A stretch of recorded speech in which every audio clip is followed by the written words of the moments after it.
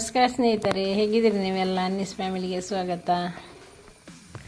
ತುಂಬ ಸಮಯವಾಯಿತು, ವಿಡಿಯೋ ಹಾಕಲಿಕ್ಕೆ ಸಮಯವೇ ಸಿಗುವುದಿಲ್ಲ. ಆದ ಕಾರಣ ಸಮಯ ಸಿಕ್ಕಾಗಲೆಲ್ಲ ಸಣ್ಣ ಸಣ್ಣ ವಿಡಿಯೋವನ್ನು ಮಾತ್ರ ಹಾಕ್ತಿದ್ದೆ.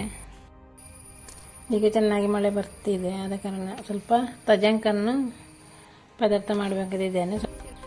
ತಜಂಕ್ ಈ ಸಲ ಮಳೆಗಾಲದಲ್ಲಿ ತುಂಬ ಸಲ ಮಾಡಿದ್ದೇವೆ. ಅದರ ರೆಸಿಪಿಯನ್ನು ಇದರ ಮೊದಲಿನ ವಿಡಿಯೋದಲ್ಲಿ ಹಾಕಿದ್ದೇವೆ.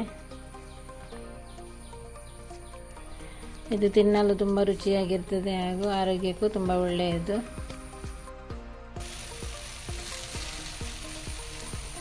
ನೈಸರ್ಗಿಕವಾಗಿ ಸಿಗುವಂತಹ ಎಲ್ಲ ಸೊಪ್ಪು ತರಕಾರಿಗಳನ್ನು ಕೂಡ ಆಯಾ ಸಮಯದಲ್ಲಿ ತಿಂದರೆ ನಮ್ಮ ಆರೋಗ್ಯವು ಚೆನ್ನಾಗಿರ್ತದೆ. ಇವತ್ತು ಸ್ವಲ್ಪ ಸಾಬೂನಿಗೆ ರೆಡಿ ಮಾಡ್ತಾ ಇದ್ದೇನೆ. ಬಟ್ಟೆ ಒಗೆಯುವ ಸೋಪು. ಇದನ್ನು ನಿನ್ನೆ ರಾತ್ರಿ ನಾನು ನೆನೆಸಿ ಇಟ್ಟಿದ್ದೆ.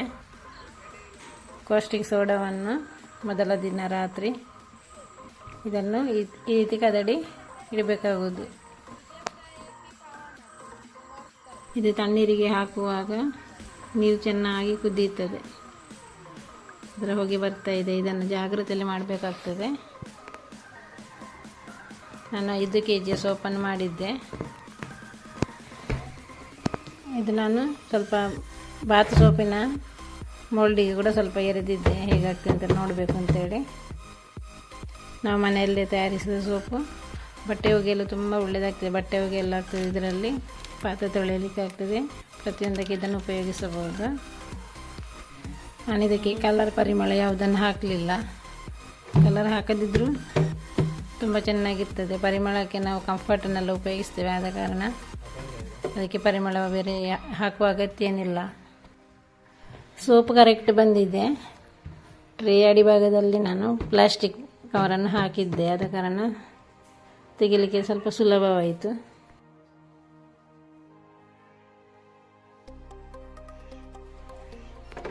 ಇದು ಬಾತ್ ಸೋಪಿನ ಮೋಲ್ಡಲ್ಲಿ ನಾನು ಮಾಡಿದ್ದೆ. ಇದು ಕೂಡ ತೆಗಿಲಿಕ್ಕೆ ಸುಲಭ ಆಗ್ತಿತ್ತು, ನೋಡಲಿಕ್ಕೆ ಕೂಡ ಚೆಂದ ಕಾಣ್ತದೆ. ಈ ಬಟ್ಟೆಗೆ ಸೋಪನ್ನು ಮಾತ್ರ 14 ದಿನದ ನಂತರ ಅದನ್ನು ಉಪಯೋಗಿಸುವುದು. ಈ ಮೋಲ್ಡಿಗೆ ಸ್ವಲ್ಪ ಎಣ್ಣೆ ಹಚ್ಚಿದ ಕಾರಣ ಬೇಗ ಎದ್ದು ಬಂದಿದೆ. ನಾನು ಈ ಸೋಪನ್ನು ಪೀಸ್ಗಳಾಗಿ ಮಾಡಲಿಲ್ಲ, ಇಡೀ ಬಾರನ್ನು ಇಟ್ಟಿದ್ದೇನೆ. ನಮಗೆ ಬೇಕಾಗುವ ಅದನ್ನು ಬೇಕಾದ ರೀತಿಯಲ್ಲಿ ಕಟ್ ಮಾಡಿ ಇದನ್ನು ಯೂಸ್ ಮಾಡ್ಬೋದು. ಈ ರೀತಿ ನಾನು ಸುಮ್ಮನೆ ಟ್ರೈ ಮಾಡಿ ನೋಡಿದ್ದು ಮಾತ್ರ, ಮೋಲ್ಡಲ್ಲಿ ಹೇಗೆ ಬರ್ತದೆ ಅಂತ ನೋಡಲಿಕ್ಕೆ. ನಾನು 20 kg ಲಿಕ್ವಿಡನ್ನು ತಂದು ಇಟ್ಟಿದ್ದೇನೆ. ಸೋಪ್ ಮಾಡಲಿಕ್ಕೆ ಸಮಯ ಸಿಕ್ಕಿದರೆ ನಾನು ಆ ವಿಡಿಯೋವನ್ನು ನಿಮ್ಮೊಂದಿಗೆ ಶೇರ್ ಮಾಡ್ತೇನೆ. ಇದರ ಮೊದಲು ಮಾಡುವ ವಿಡಿಯೋವನ್ನು 1 ವರ್ಷದ ಮೊದಲು ಹಾಕಿದ್ದೇವೆ. ಲಿಂಕನ್ನು ಡಿಸ್ಕ್ರಿಪ್ಷನ್ ಬಾಕ್ಸಲ್ಲಿ ನಾವು ಹಾಕ್ತೇವೆ, ಅಲ್ಲಿ ನೀವು ನೋಡಿ. ಈ ಸಲ ಮಳೆ ಜಾಸ್ತಿ ಆದ ಕಾರಣ ಸೌದೆ ಎಷ್ಟಿದ್ರೂ ಸಾಕಾಗೋದಿಲ್ಲ. ಗ್ಯಾಸಿನ ಸ್ಟ್ರೈಕ್ ಇದ್ದ ಕಾರಣ ಗ್ಯಾಸ್ ಬರುವುದಿಲ್ಲ. ನಮ್ಮ ಗ್ಯಾಸ್ ಖಾಲಿಯಾಗಿ 10 ದಿನವಾಯಿತು. 2 ಗ್ಯಾಸಿನ ಸಿಲಿಂಡರ್ ಕೂಡ ಖಾಲಿಯಾಗಿದೆ. ನಾವು ಹೆಚ್ಚಾಗಿ ಒಲೆಯಲ್ಲೇ ಅಡುಗೆಯನ್ನು ಮಾಡ್ತೇವೆ, ಆದರೂ ಅರ್ಜೆಂಟಿಗೆಲ್ಲ ಬೇಕಾಗ್ತದೆ ಗ್ಯಾಸ್ ಅಲ್ವಾ. ಬೆಳಗ್ಗೆ ಮಕ್ಕಳಿಗೆ ಟಿಫಿನ್, ಬೆಳಗಿನ ಬ್ರೇಕ್ಫಾಸ್ಟ್ ಎಲ್ಲ ಆಗುವಾಗ ತುಂಬ ಕಷ್ಟ ಆಗ್ತದೆ. ಗ್ಯಾಸಿನ ಸ್ಟ್ರೈಕ್ ಇದ್ದ ಕಾರಣ ಗ್ಯಾಸ್ ಸಿಗಲಿಕ್ಕೆ ತುಂಬ ಕಷ್ಟ ಅಂತ ಹೇಳ್ತಾರೆ. 2 ಸಿಲಿಂಡರ್ ಕೂಡ ಖಾಲಿಯಾಗಿದೆ. ಬೆಳಗ್ಗೆ ಮಕ್ಕಳಿಗೆ ಟಿಫಿನ್ ಮತ್ತು ಬೆಳಗಿನ ಬ್ರೇಕ್ಫಾಸ್ಟ್ ಎಲ್ಲ ಆಗುವ ತುಂಬ ಕಷ್ಟ ಆಗ್ತದೆ. ಗ್ಯಾಸ್ ಇದ್ದರೆ 2 ಕಡೆಯಲ್ಲಿ ಕೂಡ ಬೇಗ ಅಡುಗೆ ಮಾಡಲಿಕ್ಕೆ ಆಗ್ತದಲ್ವ. ನಾವು ಹಳ್ಳಿಯಲ್ಲಿದ್ದ ಕಾರಣ ನಮಗೆ ಸೌದೆಗಳಿಗೆ ಏನು ಕಡಿಮೆ ಇಲ್ಲ. ಇಂಥ ಸಪುರದ ಕಟ್ಟಿಗೆಗಳನ್ನೆಲ್ಲ ರೆಡಿ ಮಾಡಿಟ್ರೆ ಮರುದಿವಸ ಸ್ವಲ್ಪ ಸುಲಭವಾಗ್ತದೆ.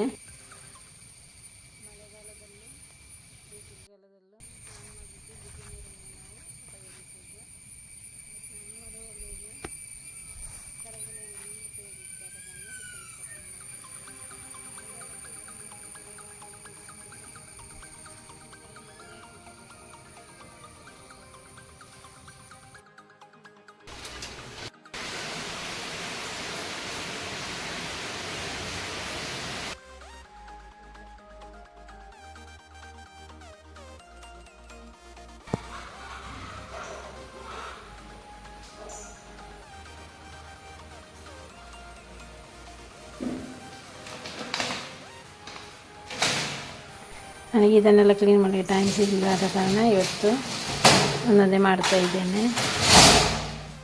ನಾವು ಮನೆಯಲ್ಲೇ ಒಲೆಯ ಅಡುಗೆಯನ್ನು ಮಾಡ್ತಿದ್ದೇವಲ್ಲ, ಆದ ಕಾರಣ ಇಡೀ ಮನೆಯಲ್ಲಿದ್ದ ವಸ್ತುಗಳೆಲ್ಲ ಹೊಗೆ ತಾಗಿ ಕಪ್ಪಾಗ್ತಾಯಿದೆ ಹೊಗೆ ಕೂತ್ಕೊಂಡು. ಅದನ್ನು ತೊಳೆಯುವಾಗ ಚೆನ್ನಾಗಿ ಕ್ಲೀನ್ ಆಗ್ತದೆ.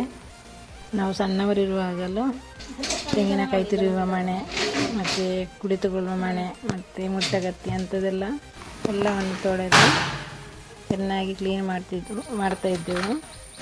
ಹೊಸ ಅಕ್ಕಿ ತೆನೆ ಹಬ್ಬಕ್ಕೆ ಹೊಸ ಅಕ್ಕಿನ ತಗೊಂಡು ಬರುವಾಗ ಎಲ್ಲ ಹೊಸತರಾಗಿ ಕಾಣ್ತಿತ್ತು. ಈಗ ತುಂಬ ಮಳೆ ಇದ್ದರಿಂದ ಹೊರಗೆ ಅಡುಗೆ ಮಾಡಲಿಕ್ಕೆ ಆಗೋದಿಲ್ಲ. ಒಳಗೆ ಒಲೆ ಹತ್ರ ಅಡುಗೆ ಮಾಡಿದರೆ ಅದು ಅಷ್ಟು ಕ್ಲಿಯರಾಗಿ ಕಾಣೋದಿಲ್ಲ. ಯಾಕೆಂದರೆ ನಾವು ಕಟ್ಟಿಗೆ ಒಲೆಯಲ್ಲಿ ಮಾಡೋದಲ್ವಾ. ಗ್ಯಾಸ್ ಖಾಲಿಯಾಗಿದೆ, ಆದ ಕಾರಣ ಸಿಂಪಲಾದ ವಿಡಿಯೋವನ್ನು ಹಾಕ್ತಾಯಿದ್ದೇನೆ. ನಮ್ಮ ಈ ಒಲೆಯಲ್ಲಿ ಅಡುಗೆ ಮಾಡೋದನ್ನು ತೋರಿಸಿದರೆ ಅಷ್ಟು ಕ್ಲಿಯರಾಗಿ ಕಾಣೋದಿಲ್ಲ, ಫುಲ್ಲು ಹೊಗೆಯಿಂದ ಕಪ್ಪಾಗಿದೆ. ನಾವೆಲ್ಲ ಬಗೆಯ ತಿಂಡಿಗಳನ್ನು ಮಾಡ್ತೇವೆ. ದಿನಕ್ಕೊಂದೊಂದು ಬಗೆಯ ತಿಂಡಿಯನ್ನು ಬೆಳಿಗ್ಗೆ ಮಾಡ್ತೇವೆ.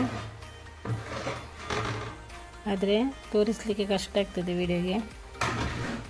ಮನೆಯಲ್ಲಿ ಕಟ್ಟಿಗೆಯನ್ನು ಉಪಯೋಗಿಸಿ ಬೆಂಕಿ ಮಾಡುವುದರಿಂದ ಇಡೀ ಮನೆ ಫುಲ್ ಕಪ್ಪಾಗಿದೆ.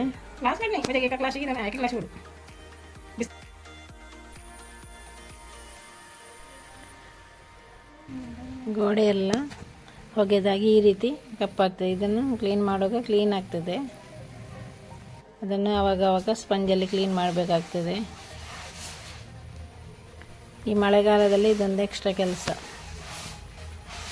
ಈ ರೀತಿ ಹೊಗೆ ಹಿಡಿಯುತ್ತದೆ.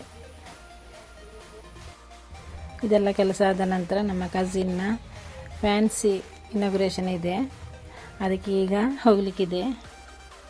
ಇದು ನಮ್ಮ ಹೋಗುದಾರಿಯಲ್ಲೇ ನಮ್ಮ ಚರ್ಚ್ ದೂರದಿಂದ ಈ ರೀತಿ ಕಾಣ್ತಾ ಇದೆ. L shine fancy and gift centre. ಇವತ್ತು ಇನಾಗ್ರೇಷನ್ ಆದ ಕೆಲವು ಫೋಟೋಗಳು. ನೀವು ಕೈಯಾರಿಗೆ ಬಂದಲ್ಲಿ ಇಲ್ಲಿಗೊಮ್ಮೆ ಭೇಟಿ ಕೊಡಿ.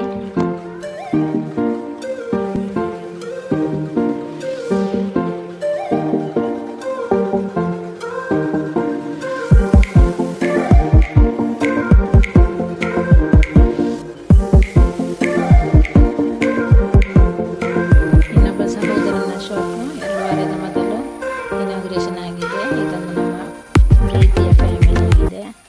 ನೀವು ಕೈಯಾರಿಗೆ ಬಂದಲ್ಲಿ ಇಲ್ಲಿಗೊಮ್ಮೆ ಭೇಟಿ ಕೊಡಲು ಮರೆಯದಿರಿ.